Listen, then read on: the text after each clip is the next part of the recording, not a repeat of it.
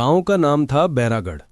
चारों तरफ घने पेड़, बीच में मिट्टी के घर और दूर एक पुराना सूखा कुआं, जहां जाने से लोग बचते थे। इस गांव में कई साल पहले एक औरत रहती थी। उसका नाम था श्यामा। श्यामा बाकी लोगों जैसी नहीं थी। वो हमेशा अकेली रहती, लोगों से कम बात करती और उसकी आंखों में एक अजीब सा डर और गुस्सा दिखता था। धीरे धीरे गांव में अफवाह फैलने लगी कि श्यामा कुछ काला जादू करती है। पहले तो लोगों ने ध्यान नहीं दिया, लेकिन फिर गांव में अजीब घटनाएं शुरू हो गईं। बच्चों का गायब होना। एक दिन रमेश का छोटा बेटा खेलते खेलते अचानक गायब हो गया। पूरा गांव ढूंढता रहा, खेत, जंगल, कुआं, लेकिन वो नहीं मिला। कुछ दिनों बाद एक और बच्चा गायब, फिर तीसरा, चौथा। अब डर फैल चुका था। लोग रात होते ही दरवाजे बंद कर लेते, बच्चों को घर से बाहर निकलने नहीं दिया जाता। एक बूढ़ी औरत ने कहा, मैंने उस रात श्यामा को देखा था। वो एक बच्चे को गोद में लेकर जंगल की तरफ जा रही थी। बस यही बात आग की तरफ फैल गई। सच या डर? गांव वाले इकट्ठा हुए। श्यामा ही है इसके पीछे, वो डायन है, उसे सजा देनी होगी। कुछ लोग डरे हुए थे, लेकिन गुस्से में भी थे। एक रात सब लोग मशाल लेकर श्यामा के घर पहुंचे। दरवाजा तोड़ा गया। श्यामा अंदर बैठी थी, शांत। उसने कहा, मैंने कुछ नहीं किया, तुम लोग गलत समझ रहे हो। लेकिन अब कोई सुनने को तैयार नहीं था। भीड़ ने उसे पकड़ लिया, घसीटते हुए गांव के बाहर ले गए, उसी सूखे कुएं के पास। जिंदा जलाना। उस रात हवा बहुत तेज थी।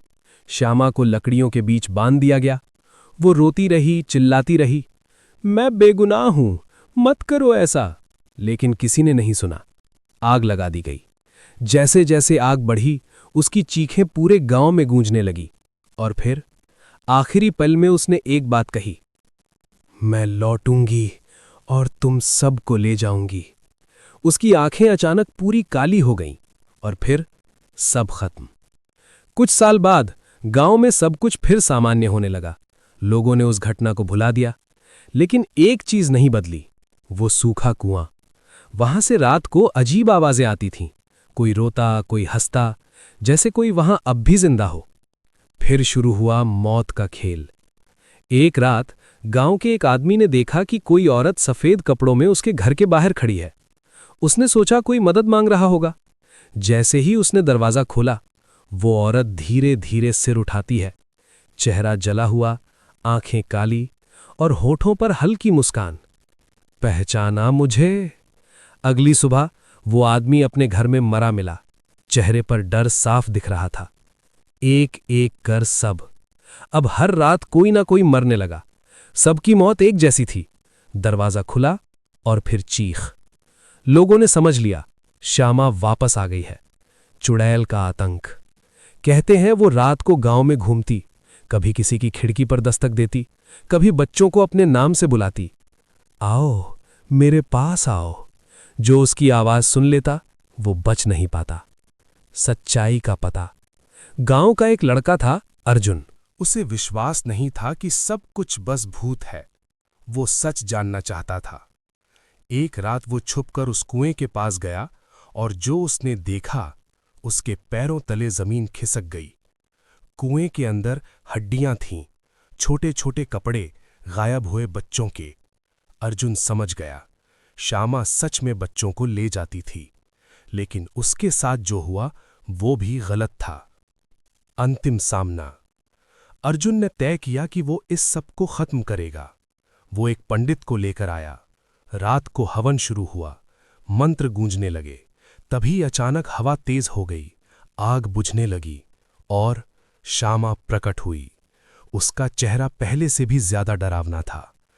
तुम मुझे रोक नहीं सकते। पंडित ने जोर से मंत्र पढ़ा, लेकिन श्यामा ने उसे हवा में उछाल दिया। अब अर्जुन अकेला था। आखिरी सच। श्यामा ने कहा, मैंने बच्चों को नहीं मारा, मैं उन्हें बचा रही थी। अर्जुन चौंक गया। क्या मतलब? गांव के कुछ लोग बच्चों की बलि देते थे, मैं उन्हें छुपा रही थी, लेकिन तुम लोगों ने मुझे ही मार दिया। अर्जुन को अब समझ आया, असल गुनहगार कोई और था, लेकिन अब बहुत देर हो चुकी थी। अंत।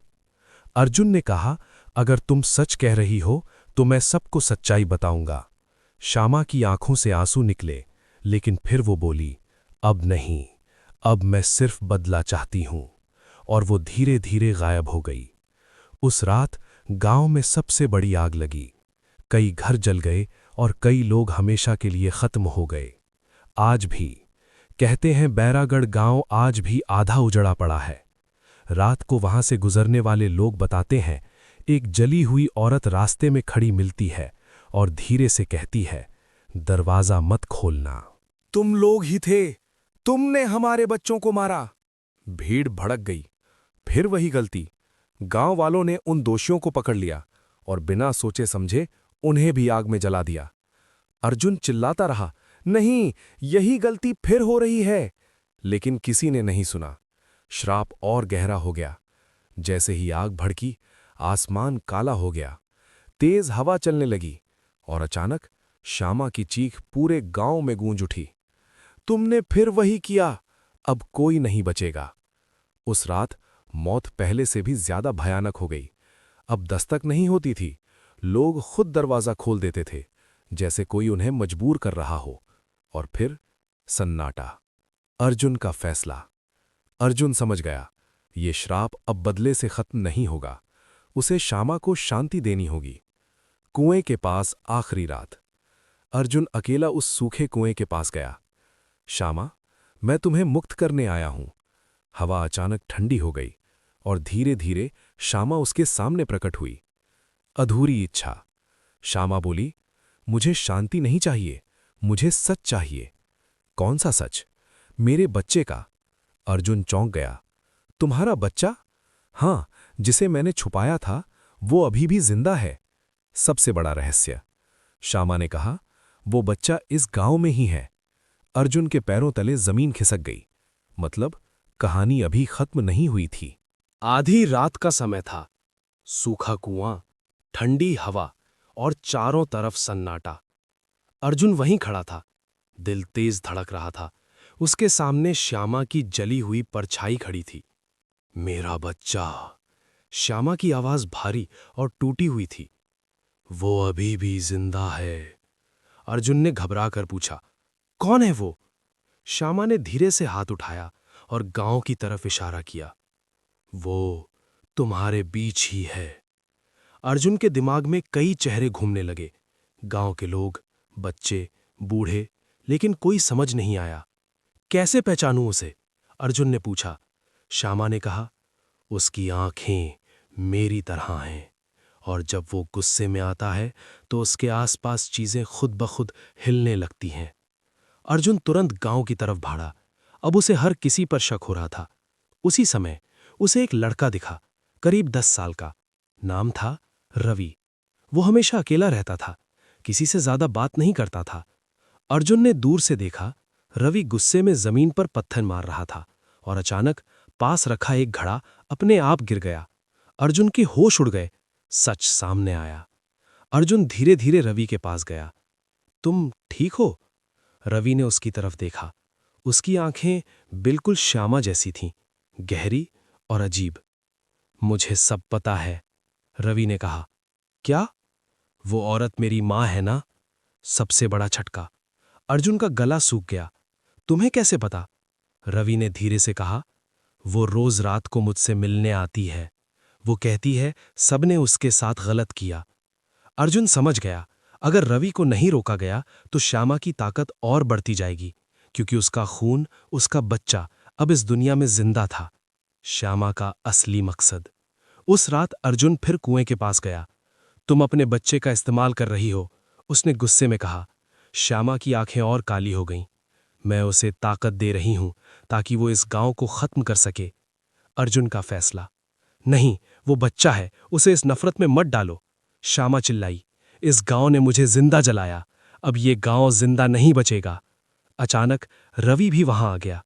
उसकी आंखें अब पूरी काली हो चुकी थीं। हवा तेज चलने लगी, पेड़ हिलने लगे और जमीन कांपने लगी। अंदर की लड़ाई। अर्जुन ने रवि से कहा, तुम बुरे नहीं हो, तुम्हारी मां के साथ गलत हुआ, लेकिन इसका मतलब ये नहीं कि तुम सबको खत्म कर दो। रवि कांपने लगा। उसकी आंखों में आंसू आ गए। मुझे बहुत गुस्सा आता है। श्यामा चिल्लाई, रवि, मत सुनो इसे। लेकिन इस बार रवि ने अपनी मां की तरफ देखा और कहा, मां, मैं किसी को मारना नहीं चाहता। सब कुछ बदल गया। जैसे ही रवि ने ये कहा, श्यामा की शक्ति कमजोर होने लगी। उसकी जली हुई आकृति धीरे धीरे टूटने लगी। श्यामा ने अर्जुन की तरफ देखा। उसकी आंखों में अब गुस्सा नहीं, दर्द था। अगर उस दिन किसी ने मेरी बात सुन ली होती तो शायद आज ये सब नहीं होता। श्यामा ने अपने बेटे के सिर पर हाथ रखा और धीरे धीरे धुएं में बदलने लगी। अब मैं थक गई हूं। और फिर वो हमेशा के लिए गायब हो गई। गांव में अब शांति लौट आई। मौतें बंद हो गईं। लोगों ने अपनी गलती समझी। रवि अब अर्जुन के साथ रहने लगा। लेकिन कुछ महीने बाद एक रात अर्जुन ने फिर वही आवाज सुनी, ठक ठक ठक। उसका दिल रुक गया। धीरे धीरे उसने दरवाजे की तरफ देखा और बाहर से एक हल्की सी आवाज आई, दरवाजा मत खोलना।